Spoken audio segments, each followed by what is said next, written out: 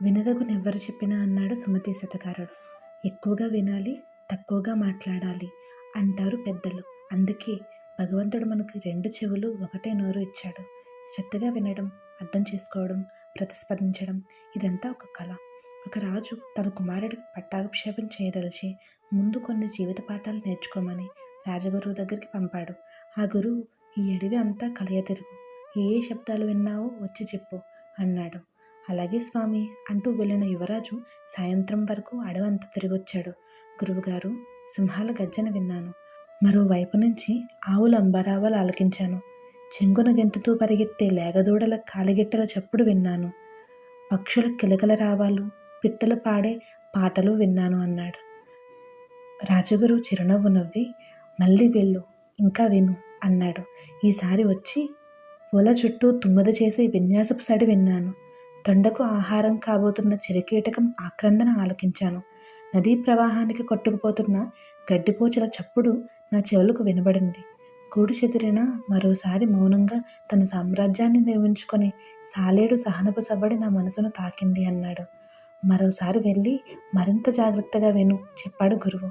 యువరాజు ఏమాత్రం విసుగు చెందకుండా చీకటి రాత్రిలో అడవిలోకి పయనమయ్యాడు. ఒక చెట్టు కింద కూర్చొని ధ్యాన ముద్రలోకి వెళ్ళాడు.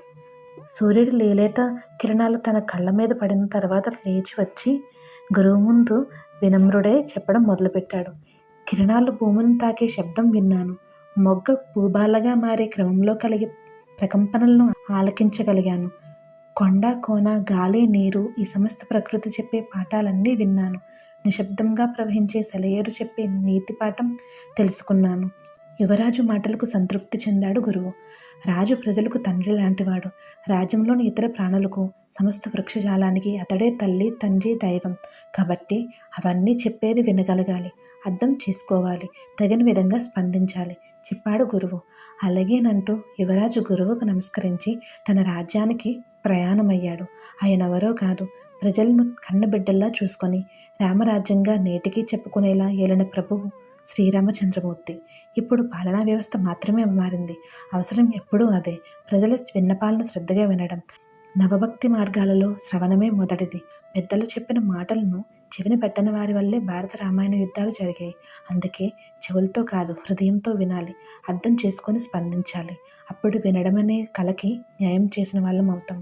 ఈ స్టోరీ ఈనాడులో వచ్చిన ఎం సుగుణారావు గారు రాసిన హృదయంతో వినాలి అనే ఆర్టికల్లోంచి తీసుకోబడింది.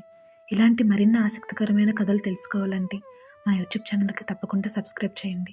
మీకు నచ్చినట్లయితే లైక్ చేయండి, షేర్ చేయండి, మీ అభిప్రాయాన్ని కామెంట్స్లో చెప్పండి. మీ ప్రోత్సాహమే మా బలం. ధన్యవాదాలు. మళ్ళీ కలుద్దాం ఒక కొత్త కథతో. అంతవరకు సెలవు. జై హింద్.